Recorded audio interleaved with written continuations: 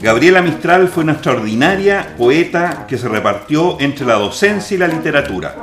Obtuvo el premio Nobel, viajera incansable, invitada a México a participar en su más importante reforma educacional. Su vida estuvo marcada por el sufrimiento, mucho más reconocida como poeta en el extranjero que en Chile, al que llamó país de ausencia. Bienvenidos amigos y amigas a un programa más de Viaje al Centro del Libro. Me acompaña en esta oportunidad, como siempre, Eric Huica, panelista estable. Eric, ¿cómo estás? Muy bien, ¿cómo estás tú, Lucas? Tenemos un invitado muy especial, un mistraliano, un hombre que sabe mucho del tema que hoy día vamos a tocar, Humberto López. Humberto, bienvenido, es un agrado tenerte por acá. Muchas gracias, Lucas, por tu invitación. Espero disfrutar de este encuentro, de acercarnos a la poesía, a la literatura. Muy bien. Bueno, vamos hoy día, digamos, a comenzar por una mujer muy importante en la literatura chilena y americana, como lo dijimos al principio, y vamos a empezar preguntándole a Eric sobre Gabriela Mistral, Eric. A ver, hablar de un continente como Gabriela Mistral, que traspasa todas las fronteras y que se convierte en tal vez la poeta más importante de Chile y de América Latina, es, en pocas palabras, hablar de su niñez en Montegrande, abandonada por un padre ausente a los 3, 4 años de edad, acusada cuando era muy niña de robo, casi autodidacta, habiendo quedado a cargo de una media hermana, y que haya llegado a las cimas en que llegó, demuestra que este periplo, esta experiencia vital debe ser una de las más riquísimas dentro de no solamente la literatura chilena y la literatura latinoamericana, sino la literatura mundial.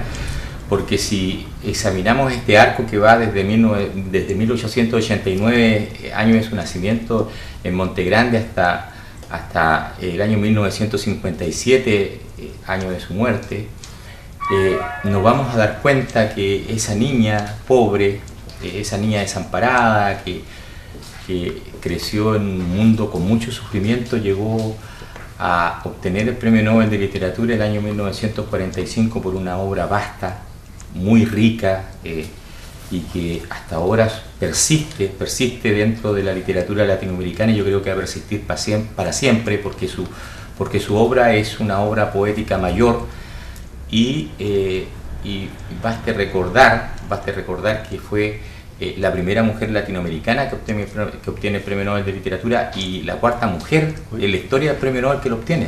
Oye, Humberto, bueno, ella es hija, nace en Vicuña, ¿cierto? Y es hija de Petronila Alcayaga y es hija de Jerónimo Godoy, un profesor, digamos, bastante menor que Petronila, que ya Petronila ya tiene una hija, ¿cierto?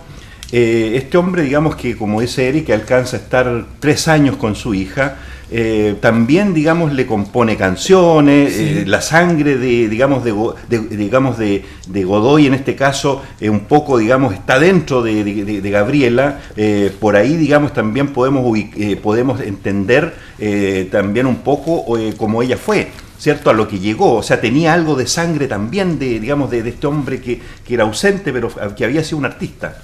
Sí, yo creo que hereda de su padre, hay poesías de él, era un maestro, era un profesor. Eso ya te da una proyección de servicio, de acercarse a la niñez, en fin. Además, yo creo que influye en ella su medio, el medio de Montegrande. Yo estaba allá y se siente una fuerza vital, una fuerza magnética quizás, de amor a la naturaleza, ese río, la verdura del valle dentro de cerros tan poderosos, tan grandes. Yeah. Yo creo que eso la motivó y hay algo de genialidad. Esos cerros piramidales, como claro, dices tú, esa energía del valle. Claro, y hubo una primera, en su niñez fue feliz, ella dice, fui feliz en Montegrande y después ya nunca más. Cuando fue ella muy niña, con sus amigas, las recuerda siempre en sus versos. Yo creo que tenía Soledad. Claro, tenía esa riqueza espiritual del campo. Siempre me ha maravillado porque tan lejano. Oye, Humberto, pero ella no está, claro, el medio a ella la trata muy bien, porque no hay cosas que la puedan, digamos, atacar, no hay cosas que la violenten. Bueno, Eric, yo te quiero preguntar inmediatamente, ella, digamos, es una niña joven que tiene muy poca instrucción, tiene 4 años de instrucción, que es lo que hace, lo que aprende con la hermana. Y después de eso, digamos, cuando tiene un poco de instrucción en Vicuña, que ahí es cuando la tratan de ladronista, toda esa historia, y ya no tiene más instrucción que esa, y a los 15 años ya ella parte en la escuela de las compañías, haciéndole incluso clases a alumnos mayores que ella o de la misma edad. Toda esa parte tan importante donde empieza a escribir ella y se refugia, digamos, en la poesía, porque ahí está sola, sin familia y sin nada.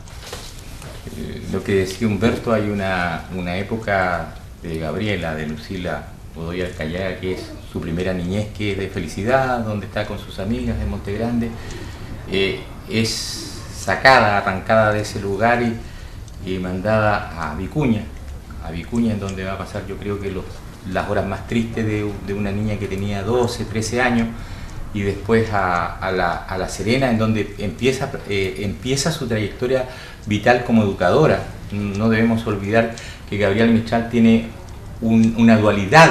Ella es una poetisa mayor, que ese es su oficio, pero además tiene otro oficio que también fue muy importante, que es el de educadora, en donde también se va a destacar, sobre todo por su participación en el sistema educacional mexicano, invitada por el ministro Vasconcelos.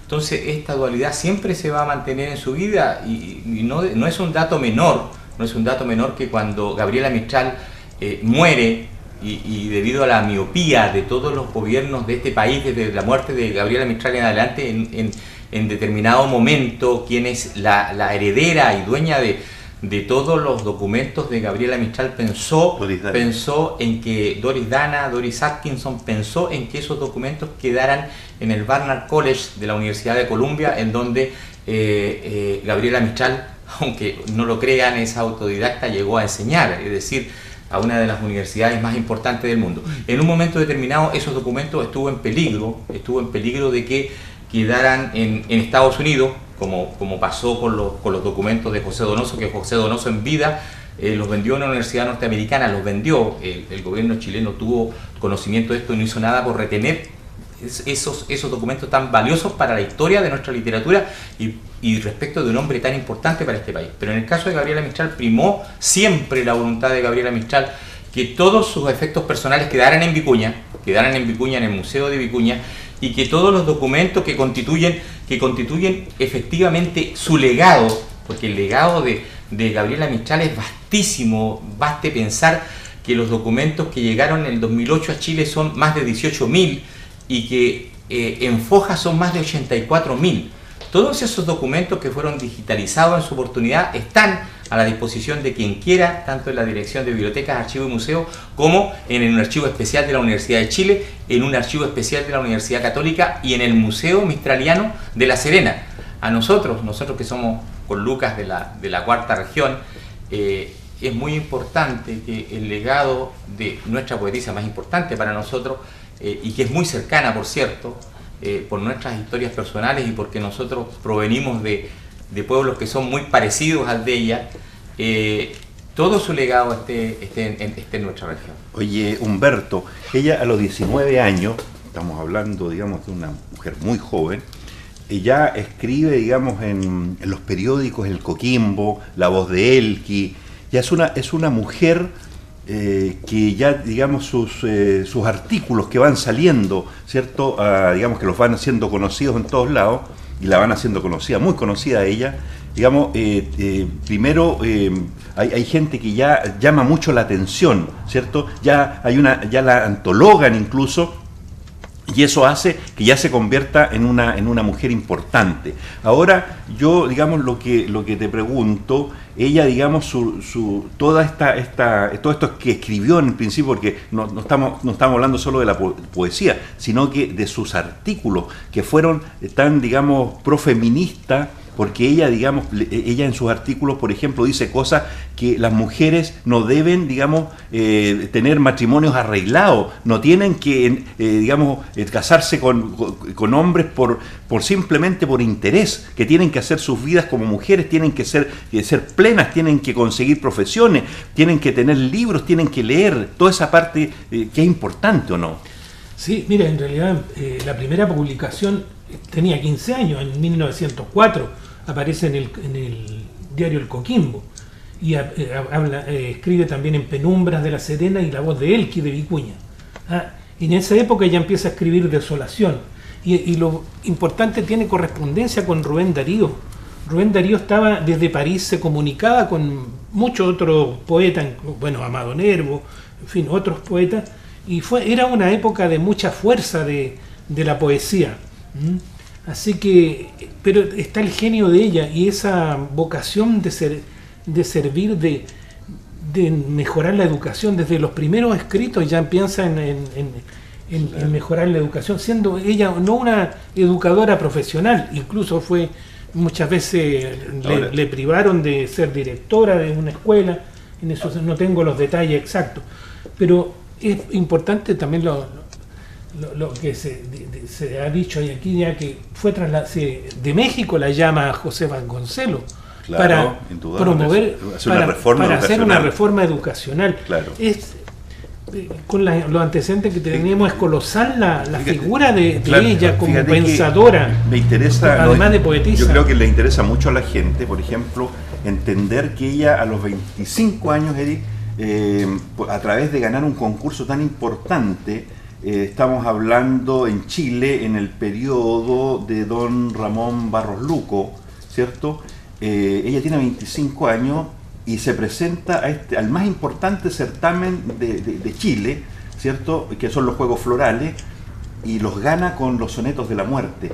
Y ya ella, digamos, salta al estrellato, más bien dicho, porque la conoce todo el mundo, pero también es resistida por la clase, me refiero a la clase de la gente que escribe en ese tiempo, los literatos de ese tiempo, que no aceptan una cosa como esta. Eso es tan patético y tan patente, digamos, en la vida como la va a marcar. Yo creo que hay varios hechos que la van a marcar, y respecto a esta adolescente gigante, mide 1,80 m, con facciones toscas. Siempre señaló ella respecto de ella misma que era una caupolicana. Esta adolescente que se enamora de Romelio Ureta Carvajal, el que termina suicidándose en 1909, los Sonetos de la Muerte los va a escribir en 1912, termina los Sonetos de la Muerte, los va a presentar a los Juegos Florales en 1914, va a ganar los Juegos Florales de 1914 de la Sociedad de Escritores de Chile, y fiel a su estilo, el que mantuvo siempre, cuando se dirime el premio, ella está entre el público. Ella está mirando cuando el jurado señala quien ganó el premio es Gabriela Mistral, la primera vez que va a usar el seudónimo por el cual va a ser conocida durante toda su vida, porque antes de eso era Lucila Godoy Alcayaga. Y se firmaba como Lucila Godoy Alcayaga desde como cuando ha señalado Humberto, desde 1904, que hace su primera crónica en El Coquimbo, que es La muerte de un poeta. De ahí en adelante, y empieza esta profesora tímida de una escuelita pequeña, en ese tiempo tiene que haber sido un descaro o un despropósito escribirle al poeta más importante en lengua española, que era Rubén Darío, pero empieza una correspondencia con él y empieza a escribirle a otros poetas, y empieza con las prosas. En realidad le manda cuentos para niños y prosas, no empieza con la poesía, y la poesía va a fluir, este torrente enorme que se va a secar el día de su muerte, va a fluir precisamente con tal vez la poesía más maravillosa que ha escrito Gabriela Mistral, que son los Sonetos de la Muerte. Y ya ella, digamos, salta al estrellato, más bien dicho, porque la conoce todo el mundo, pero también es resistida por la clase, me refiero a la clase de la gente que escribe en ese tiempo, los literatos de ese tiempo, que no aceptan una cosa como esta. Eso está tan patético y tan patente, digamos, en la vida como la va a marcar. Yo creo que hay varios hechos que la van a marcar, y respecto a esta adolescente gigante, mide 1,80 m, con facciones toscas. Siempre señaló ella respecto de ella misma que era una caupolicana. Esta adolescente que se enamora de Romeo y Julieta Carvajal, el que termina suicidándose en 1909, los sonetos de la muerte los va a escribir en 1912, termina los sonetos de la muerte, los va a presentar a los Juegos Florales en 1914, va a ganar los Juegos Florales de 1914 de la Sociedad de Escritores de Chile, y fiel a su estilo, el que mantuvo siempre, cuando se dirime el premio, ella está entre el público. Ella está mirando cuando el jurado señala quien ganó el premio es Gabriela Mistral, la primera vez que va a usar el seudónimo por el cual va a ser conocida durante toda su vida, porque antes de eso era Lucila Godoy Alcayaga, y se firmaba como Lucila Godoy Alcayaga desde como cuando ha señalado Humberto, desde 1904, que hace su primera crónica en el Coquimbo, que es la muerte de un poeta. De ahí en adelante, y empieza esta profesora tímida de una escuelita pequeña, en ese tiempo tiene que haber sido un descaro o un despropósito escribirle al poeta más importante en lengua española, que era Rubén Darío, pero empieza una correspondencia con él y empieza a escribirle a otros poetas, y empieza con las prosas. En realidad le manda cuentos para niños y prosas, no empieza con la poesía, y la poesía va a fluir, este torrente enorme que se va a secar el día de su muerte, va a fluir precisamente con tal vez la poesía más maravillosa que ha escrito Gabriela Mistral, que son los sonetos de la muerte. Oye, Humberto, bueno, con respecto a este mismo certamen tan importante, los Juegos Florales de 1914, como dice Eric, ella, según después, digamos, le confiesa a Magallanes Moure que ella no le importó mucho haberse ganado ese premio, que ella fue esa noche, porque estas son cosas que ella dice, digamos, porque hay toda una historia con Magallanes Moure que digamos que tienen mucha correspondencia, ¿cierto?, entre ambos, pero ella le dice, yo fui por ti, yo fui a ver, y tú ni siquiera mencionaste ni una palabra sobre, digamos, mi soneto. Entonces como que se lo recrimina, pero ahí, digamos, ya ellos, como con toda esta correspondencia epistolar que tienen, que es muy rica, que está en el libro, que es importante, digamos, entender lo apasionada, ¿cierto?, que era como mujer, porque aquí también está su beta de mujer. Pero claro, oye, es una maravilla las cartas, y son tan numeradas. Tú leíste la otra vez las 74, yo no sé cuántas cartas fueron, pero cada carta es una obra literaria, es una obra maestra, y una obra tan expresiva porque es espontánea. El verso, no es bueno, la poesía no solamente es verso, y dura 7 años, no es solamente verso, la poesía no es solo verso, ni es solo métrica, ni rimas. La poesía también puede ser, es la prosa escrita y el sentimiento reflejado ahí. Es muy riquísima esas cartas. Ojalá algún día me gustaría conseguir ese libro de las cartas, que es en sí mismo es una maravilla. Existe. Oye, Humberto, también, digamos, ahí está la dimensión de la mujer, ¿no es cierto? Ahí está la mujer enamorada, la mujer que digamos que no es que baja la guardia como poeta, pero también, digamos, ella se inclina por un amor que lo va demostrando, que insiste. Se dice que Magallanes Moure en algún momento le pide la prueba de amor, ella dice que bueno, pero después dice que no, pero esto dura mucho tiempo. Bueno, pero también como queremos avanzar en este mundo tan inmenso que tiene Gabriela Mistral, yo quiero llevar a Eric, digamos, a cuando ella empieza a recorrer el país, cuando Pedro Aguirre Cerda le presta, digamos, ropa, por decir algo así, y le dice que se vaya, por ejemplo, a Punta Arenas, y ella se va como profesora de castellano a Punta Arenas, y está en Temuco, está en Antofagasta, está por todos lados, digamos, ella empieza a hacer una labor tan grande y tan inmensa por todos lados en Chile, porque ella es como un apóstol, digamos, en este caso, que después se verá mucho más fuerte en lo que hizo en México. Algo que podemos reconocer a los gobiernos radicales, entre otras muchas cosas que fueron muy importantes, tal vez fue el apoyo. No un apoyo tan fastuoso en cuanto a dinero, pero recordemos que muchos escritores chilenos eran funcionarios de la Cancillería pagados por el país, es decir, que estaban en España, que estaban en Rangún, Neruda, sí. Luis Enrique Délano, la propia Gabriela Mistral, lo que significó que estos escritores tan importantes para el país no solamente tenían un medio de subsistencia, que de otra manera no hubiesen tenido, sino que además adquirían esa experiencia vital tan importante para escribir lo que en definitiva terminaron escribiendo. Gabriela Mistral está en Concepción, está en Temuco, está en Punta Arenas. En Temuco conoce a un joven Neruda de 16 años, ella tenía ya 31 años, y se va a dar esta dicotomía, esta dualidad. Una cara de la moneda la representa Neruda, la otra cara de la moneda la representa Mistral. Yo diría que esto ya no es una moneda, sino que es un rombo, porque tenemos que poner a De Roca, tenemos que poner a Huidobro, tenemos que poner mucho después a Nicanor Parra, y si nos vamos ahora tenemos que poner a Zurita, lo que demuestra la importancia y la calidad de nuestra poesía, lo cual es algo que solo puede encontrar correspondencia en el siglo de oro español.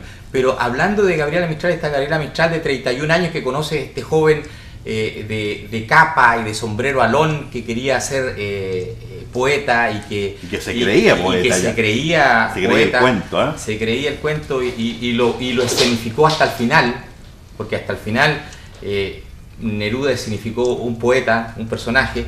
Le aconseja a este niño adolescente, le aconseja que lea a los escritores rusos, es decir, que se empape de la literatura rusa, en ese momento una de las literaturas más importantes del mundo, pero también en donde hay una gran cuota de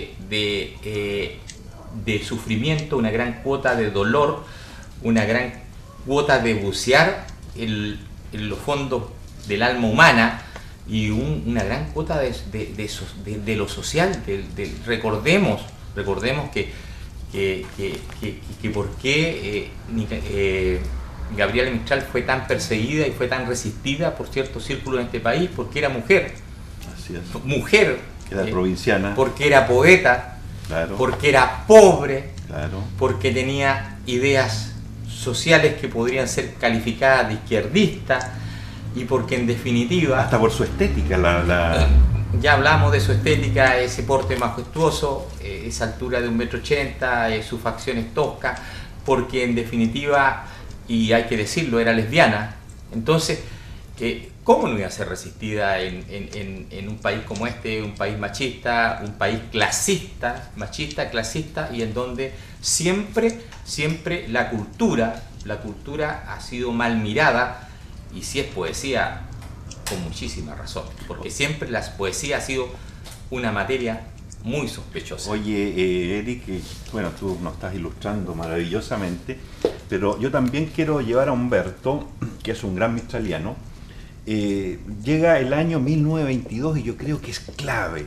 Dicen que el rostro de Gabriela Mistral antes del 22 era una cosa, y después del 22 la sonrisa le aflora. Esa mujer tosca, adusta, digamos que sale muy seria, comienza a cambiar.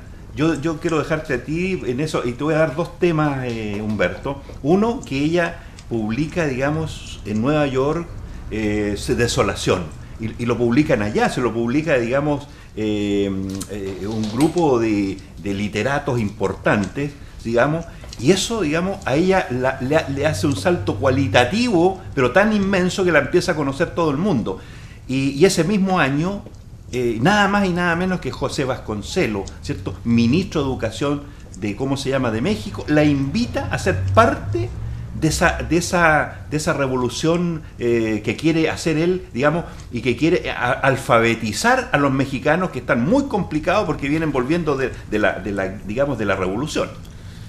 Sí, en realidad es tan importante ese contacto, ese apoyo, ese llamado de Vasconcelos, ¿no? Porque la llama a colaborar es el Vasconcelos, político, pensador y escritor mexicano, y también se publican algunas poesías de ella, las mejores poesías. Invitada por el gobierno mexicano, viaja a Estados Unidos y a Europa. Estuvo en Suiza, estuvo en muchas partes, que cada vez uno se llena de admiración, pero también como autodidacta. Ella era una mujer muy ilustrada, o sea, ella le recomienda los libros rusos a Neruda. O sea, era una lectora también importante. O sea, ahí viene la importancia de leer. Sí, ellos no tenían todo ese genio, pero se empaparon de la sabiduría, Así de la es. literatura extranjera o la literatura clásica. Así que es muy grande. Yo creo, Humberto, que el salto cuántico de Gabriela Mistral es precisamente que Federico Onís, con el Instituto Hispanista de Nueva York, haya publicado en 1922 Desolación. Porque eso va a implicar no solamente que va a empezar a ser reconocida como una poeta importante fuera de Chile, antes de serlo en Chile. Porque si tenemos en Chile, solamente tenemos los sonetos de la muerte de 1914 que ganan los Juegos Florales, pero Desolación va a significar que va a ser reconocida en otras latitudes como una gran poeta, y va a significar también que un académico de la Academia Nobel en Suecia traduzca su obra. Es traducida por una de las personas que tiene que determinar quién gana el premio Nobel. Entonces, la intencionalidad de que él la tradujo era evidente. Encontraba que esa poesía tenía la altura y la calidad como para llegar tarde o temprano a ser merecedor del premio Nobel de Literatura. Aquí empiezan los contras. Y es aquí donde el salto cuántico de Gabriela Mistral implica que ya Gabriela Mistral adquiere otra relevancia que no es reconocida en nuestro país y que no va a ser reconocida. Recordemos que el premio Nobel de Literatura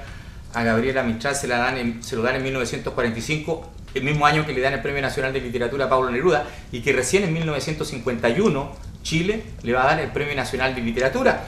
Cuando le dan el Premio Nacional de Literatura a Gabriela Mistral, en su discurso de recepción menciona humildemente el Nobel. Punto aparte, ese año se publicó Ulises de Joyce. Así es. Oye, también yo quiero llevar a Humberto a lo siguiente. Aquí vienen las cosas, digamos, que uno no puede entender por qué ella, digamos, decide irse de Chile muy dolida, porque resulta que, por ejemplo, el año 1923 recién se publica en Chile Desolación, después de que ya la han publicado en Nueva York, recién le dan cabida acá en Chile, y también la Universidad de Chile le da un título de profesora de castellano, cuando ya la cosa ya no le sirve, por decir algo. Bueno, la influencia de don Pedro Aguirre Cerda, bueno, uno de los, para mí, el gran presidente, porque ese lema es tan sabio de gobernar es educar, y bueno, su sabiduría, y está en Desolación, dice la dedicatoria, dice de Gabriela Mistral, dice al señor don Pedro Aguirre Cerda y a la señora doña Juanita, a quienes debo la hora de paz que vivo. La hora de paz es que ellos la enviaron como cónsul, digamos, le ayudaron en ese sentido, la financiaron económicamente, no ellos, el Estado de Chile, ellos propiciaron que el Estado la financiara, y llega a Europa donde como dices Eric, tradujeron los sonetos de la muerte, y eso tradujeron, Desolación, todo el libro de Desolación, que a mí a veces me causa cierta cosa porque siempre vamos a Gabriela Mistral y los sonetos de la muerte. Y el libro de Desolación tiene pero una poesía Vida, mucho más rica. Dolor, tierra. Bueno, al final tiene un voto, dice Dios y los hombres me perdonen este libro amargo. Pero ahí donde canté para aliviarme. Y de ahí espero subir a otras colinas llenas de luz para cantar a la dicha de los hombres. No es precisamente esas palabras las que dice el voto, pero eso va. Oye, Eric, en 1926 se publica, ¿cómo se llama? En España, Ternura. Y en 1936 se publica en Argentina, un poco, digamos, por Victoria Ocampo, ¿cierto? Su otro libro, ¿cómo se llama? Tala. Entonces, también ella, digamos, está muy metida, por ejemplo, y que aquí vamos a pasar a eso un poco con todas estas escritoras tan importantes como son la Juana Ibarburú, como son la Alfonsina Storni, como son la Victoria Ocampo, que hacen una tremenda labor, digamos, también igual que Gabriela. Así es, se publica Ternura, se publica Itala en 1938, no en 1936, pero en definitiva el corpus de su obra y que va a dar lugar al Premio Nobel de Literatura son tres poemarios, que es Desolación, Ternura, Itala. Lagarde se va a publicar en 1954, con posterioridad a la concesión del Premio Nobel de Literatura, pero fue importante no solamente por su labor fundamental, primordial de ser poeta, por su labor de educadora, sino además porque fue una intelectual que se la jugó por sus ideas y fue una intelectual que tuvo mucha correspondencia y mucho diálogo con los intelectuales de los restos de los países de América Latina. Y eso es muy importante también, porque tempranamente, como aquí hemos señalado, ella cuando recién era una maestra rural, cuando estaba en la Escuela de las Compañías, inicia su correspondencia con el poeta más importante de habla española en ese entonces, Rubén Darío, y de ahí en adelante va a tener correspondencia y va a tener intercambios críticos, intercambios con todos los intelectuales más importantes, no solamente de América Latina, sino que de Europa y de Estados Unidos. Y eso también reside una importancia básica de esta mujer feminista que tuvo contactos con las feministas argentinas, que tal vez sean las más importantes de América Latina. Alfonsina Storni es básicamente una escritora, una poeta feminista, y con las hermanas Ocampo, que a partir de la Editorial Sur, no solamente van a publicar lo más importante que estaba surgiendo en la literatura latinoamericana, sino que van a publicar a los escritores más importantes de Estados Unidos y de Europa, dando a conocer las nuevas tendencias de las vanguardias. Recordemos que ahí van a ser publicados Virginia Woolf, va a ser publicado William Faulkner. Es más, la traducción de Intruso en Traveler in the Dust de William Faulkner la va a hacer Jorge Luis Borges, que también era parte, de este grupo. Eso sí que lo hace a su manera. Exactamente, pero Intruso la traducción literal es Intruso en la gallera, y él encuentra que es más poético Intruso en el polvo, que es una de las grandes novelas de William Faulkner. Y en ese grupo, donde también está Bioy Casares, y en ese grupo se va a insertar, para que vean las correspondencias que tiene la literatura, se va a insertar una escritora joven chilena llamada María Luisa Bombal, que va a ser invitada por Neruda a Argentina después de unos luctuosos sucesos ocurridos en Santiago, y que va a ser parte de este grupo, y que este grupo va a ser el que va a publicar tal vez la obra más importante de María Luisa Bombal, que es La Última Niebla. Amigos y amigas, la verdad las cosas que es un orgullo hoy día hacer un homenaje a todas las personas que nos están viendo, a las mujeres que nos están viendo, porque estas mujeres fueron las precursoras, digamos, de entregarnos tantas cosas con respecto, digamos, a sacar, digamos, todas esas cosas tan negativas que habían en ese tiempo tan patriarcal, ¿cierto? La violencia, ellos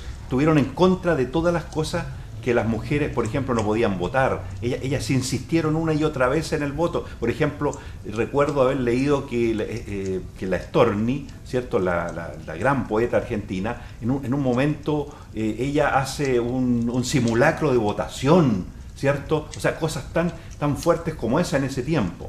Pero bueno, volvamos a nuestra gran Gabriela, porque todavía nos queda algo, a ver si nos alcanza el tiempo para todo. De pronto ella, después que termina su periplo en México, el gran periplo, donde le dan todos los honores, donde ella, digamos, recorre todos los campos, ella va enseñando debajo de los árboles, ella no le importa montarse en un caballo, en una carreta, cumple una labor extraordinaria, una labor que hasta hoy día se le recuerda. O sea, los mexicanos son agradecidos, le cantan coro, o sea, ella realmente es feliz en México, pero muy feliz.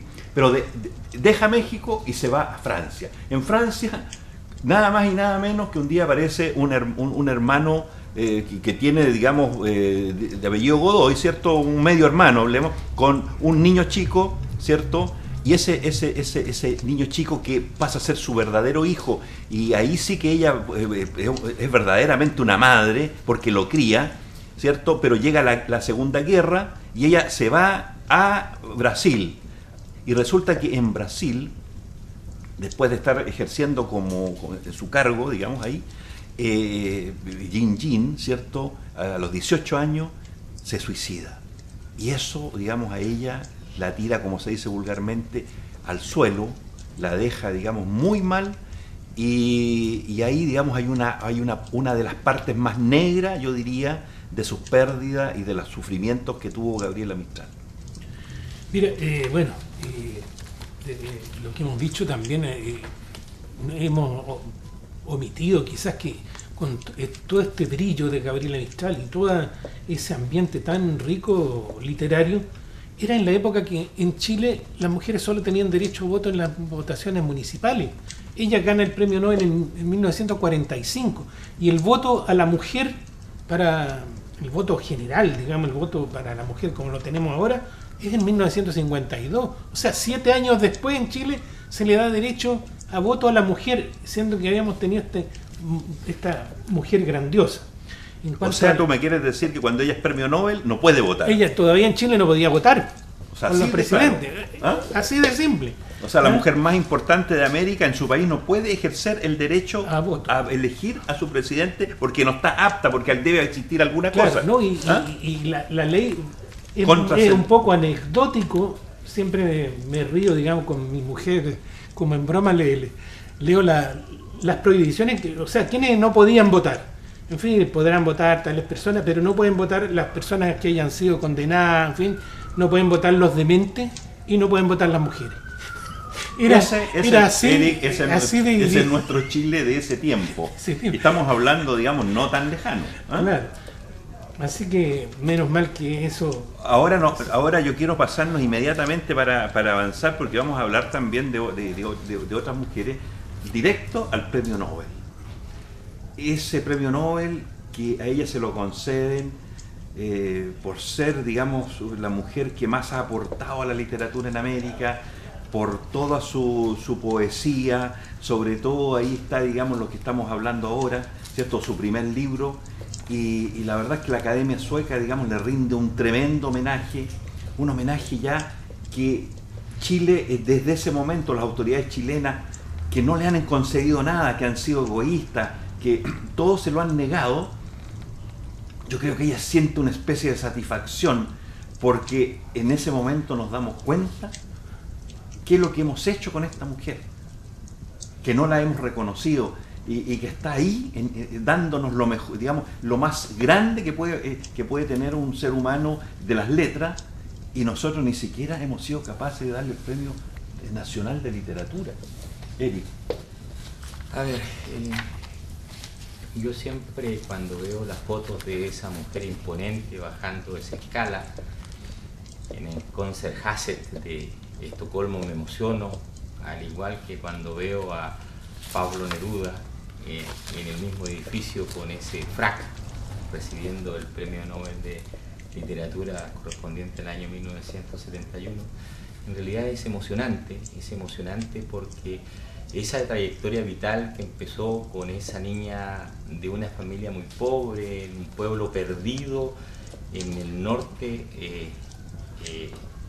de Chile, en el norte chico de Chile, que es ya la periferia de la periferia, esa trayectoria vital se va a ver cumplida cuando Gabriela Mistral baja esa escalinata, recibe de mano del rey Gustavo Adolfo de Suecia el Premio Nobel de Literatura. Ahí se va a cumplir ese periplo vital riquísimo, vastísimo, de una trayectoria que por sí misma es impresionante, porque como una persona siendo autodidacta, siendo pobre, siendo mujer, siendo de una minoría sexual en ese entonces, llega a lo más alto y llega a ser la primera mujer en América Latina que obtiene el Premio Nobel de Literatura, la cuarta mujer en el mundo, tomando en consideración que la primera fue sueca, Selma Lagerlöf, después Gracia Deleda, después Per Bach, y la cuarta llega a ser Gabriela Mistral, y en realidad es emocionante, no fue tan emocionante en Chile como sí lo fue el año 1971 cuando Pablo Neruda lo obtiene, porque en ese entonces se ignoraba o se quería ignorar la importancia que tenía el premio de literatura más importante del mundo. Y de hecho el reconocimiento chileno a Gabriela Mistral va a llegar recién en el año 1951 con el Premio Nacional de Literatura, pero esta trayectoria vital va a ser reconocida cuando llegan los restos de Gabriela Mistral, cuando fallece, porque va a ser reconocida por quienes tenía que ser reconocida, que es el pueblo de Chile, que se vuelca a las calles a darle el último adiós a tal vez la poeta más importante, tal vez de esta playa de poetas que hemos tenido, tal vez ella sea la más importante, por sobre Neruda, por sobre De Roca, por sobre Huidobro, por sobre Parra, por sobre Zurita. Es decir, ya estamos hablando de poesía mayor, no solamente en lengua española, sino que estamos hablando de poesía mayor en cualquier lengua. Nuestros poetas, y ese es un orgullo para nuestro país, son de primera línea a nivel mundial, y en esa primera línea está o puede estar Gabriela Mistral como tal vez la más importante poeta de este país. Oye, para ir cerrando lo de Gabriela Mistral, que me parece extraordinario, el año 54 Carlos Ibáñez la invita a, digamos, ya está enferma, ella ya tiene muchos síntomas, digamos, de su cáncer al páncreas, la invita, digamos, a hacer a que reciba todos los honores del pueblo chileno. Ella, digamos, recorre Valparaíso, Santiago, se va al Valle del Elqui, donde todos la recuerdan muy bien. ¿Te das cuenta? Que hay que decirlo, o sea, el año 30 Carlos Ibáñez le había quitado, digamos, ella recibía un sueldo y se lo quitaron así violentamente, o sea, entre otras las cosas tan terribles que a ella le sucedieron. Pero ahora este presidente, digamos, que está gobernando por segunda vez, le entrega esa posibilidad, ella la acepta, pero viene decaída, no viene con tantas ganas, dicen los que la vieron. Ella, claro, se alegra mucho de estar con el pueblo, pero también viene enferma. Toda esa historia, sí, que es hermosa, oye, Humberto. Fue hermoso ese viaje porque también visitó a sus amigas. Todavía mucha gente que había sido compañeras de escuela con ella. En el Valle. En el Valle. También es emocionante, bueno, ella deja todo su legado, dice, a los niños de Vicuña, a los niños de Elqui. Y yo tengo que nombrar acá, fíjate, a la señora Isolina está ahí. Claro, la tengo que nombrar porque hay gente que yo conozco. Da mucho de lo que ella logró, siempre dice, he leído, creo que siempre les conversaba a ustedes sobre que me emociona cuando son escritores extranjeros o cronistas extranjeros que hacen su reseña y dice, por ejemplo, murió en Nueva York, lejos de la tierra campesina que tanto amó. Así es. En la enciclopedia Salvat, están esas frases que me emocionaron al final. Y he estado, bueno, cuando estaba en Monte Grande, he estado ahí en la tumba de ella, pero sobre todo en la biblioteca de Vicuña, y hay cartas escritas de su puño y letra, y me impresionó mucho sobre Gin Gin. Dice, cuando muere Gin Gin, no es que se murió él, me morí yo también. Ella hay frases cosas muy especiales de ella, y es muy bonita. Oye, Eric, bueno, biblioteca. Estamos, digamos, en la parte final digamos, de este homenaje que le estamos haciendo a las mujeres y a Gabriela Mistral, porque yo creo que ella representa muy bien a la mujer americana. O sea, no podemos separar eso, o sea, está bien, pero ella luchó por las mujeres americanas, ella se sintió identificada, ella cuando vio, digamos, sobre todo en Temuco, una mujer que la vio herida y que le pegaba el marido, y ella le dijo que no podía hacer eso, en esos tiempos que ella, digamos, estaba en Temuco. Y la mujer como que aceptaba su destino y decía, no, si no es para tanto, y ella le dijo que no, eso no se podía aceptar. Así de clara era en todos los discursos, en esos tremendos escenarios donde ella se paró. Pero bueno, es el final digamos, de lo que estamos conversando sobre ella. tu reflexión final sobre sobre todo lo que estamos hoy día, digamos que no es nada, es muy poco, digamos, no nos alcanza el tiempo. Tal vez la reflexión más importante sea que no solamente su discurso, lo que dijo, lo más importante es su vida. Ella demostró con hechos que era una persona tan capaz, más capaz que cualquiera. Con su vida, con ese ciclo vital tan maravilloso y tan importante para nosotros, demostró que no era menos que nadie. Y eso es lo importante. Pero así como existió Gabriela Mistral, también existió Elena Garro, que a mí me ha sorprendido mientras más la leo, mientras más sé de ella, mientras más veo las injusticias que se cometieron contra la mexicana Elena Garro en los años 50 al 60, esposa, digamos, de ¿cómo se llama?, del premio Nobel de Octavio Paz. O sea, grandes mujeres como esa, grandes mujeres como tú, la que tú nombraste, la Bombal, grandes mujeres, digamos, como las argentinas, ¿cierto?, que hemos nombrado, ¿cierto?, y tanta gente que se nos debe quedar, porque las más nuevas, ¿cierto?, por ejemplo, como la Alejandra Pizarnik en Argentina, y también nuestras grandes escritoras como la Isabel Allende, que nos acaba de sorprender con uno de los premios más importantes en Estados Unidos hace poco. Tal vez dentro de esto, ya que el programa ya termina, sea importante mencionar que este es un continuo histórico. Tal vez este continuo histórico empezó con Gabriela Mistral, con Teresa Wilmont, pero tiene una continuación con María Elisa Bombal, que lamentablemente, y es de lamentar, no le dieron el Premio Nacional de Literatura, pero perdón, se lo merecía con creces. Tenemos a Mercedes Valdivieso, y después tenemos a la reciente Premio Nacional de Literatura de Amélie Tit, que sí fue reconocida, y tenemos a las escritoras jóvenes que vienen con una capacidad que uno echa de menos en los escritores hombres.